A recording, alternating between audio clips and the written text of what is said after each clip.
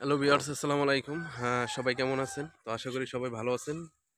তো আমি একটি জায়গায় আসলাম। তো এখানে এসে আমার মনটা ভীষণ খারাপ হয়ে গেল। যে আমাদের আগে যেরকম ছিল, আপনার খালি জায়গা ছিল, অনেক খালি জায়গা ছিল, সবুজ মাঠ ঘেরা ছিল। হুম, অনেক জমি জমা ছিল, কিন্তু এখন আর এইরকম দৃশ্য কিন্তু দেখা যায় না। কারণ প্রত্যেকটা আপনার জমি কিন্তু ভরাট হয়ে যাচ্ছে। দেখুন আমার পিছনে এই যে এক লোক হয়তোবা সে মাটি কাইটা বাড়ি বানতেছে নতুন। তো এরকম কিন্তু প্রায় জায়গায় দেখা যায়। তো এই কারণে মূলত আমাদের দেশের এখন জমি জমাগুলো শর্ট হয়ে যাচ্ছে।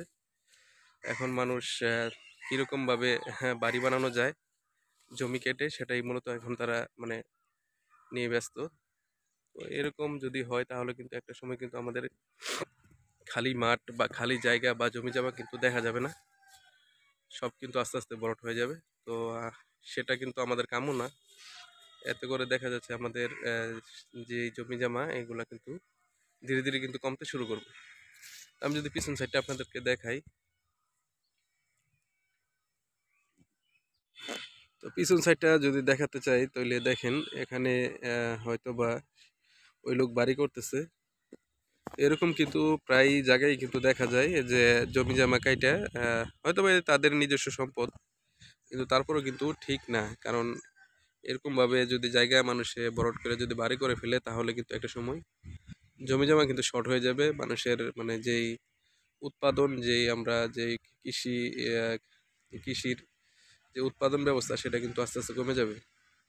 এরকম ভাবে যদি বাড়ি করা না হয়, আমি মনে করি যে একটি জায়গার মধ্যে হুম 2 ভাই বা 3 ভাই বা 4 ভাই 5 ভাই যারাই আছেন না কেন, একটি জায়গার মধ্যে চেষ্টা করবেন উপরের দিকে বাড়ি করার জন্য, মানে তালা বিশিষ্ট বাড়ি আর কি, 2 তলা 3 তলা 4 তলা।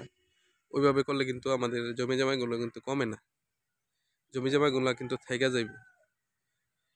তো এটা সবাই চেষ্টা করবেন ওইভাবে থাকার জন্য। কারণ এইভাবে যদি জমি জমা শেষ হয়ে যায় একটা সময় দেখবেন যে দেশের উৎপাদন ব্যবস্থা এটা কিন্তু কমে যাবে। আমাদের বেশিরভাগ পণ্যই কিন্তু এখন আমদানি করতে হয়, রপ্তানি কিন্তু একদম কমে গেছে। তাতে করে দেখা যাচ্ছে যে আমরা পরনির্ভরশীল হয়ে যাচ্ছি, অন্য দেশের উপরে ডিপেন্ডেন্ট।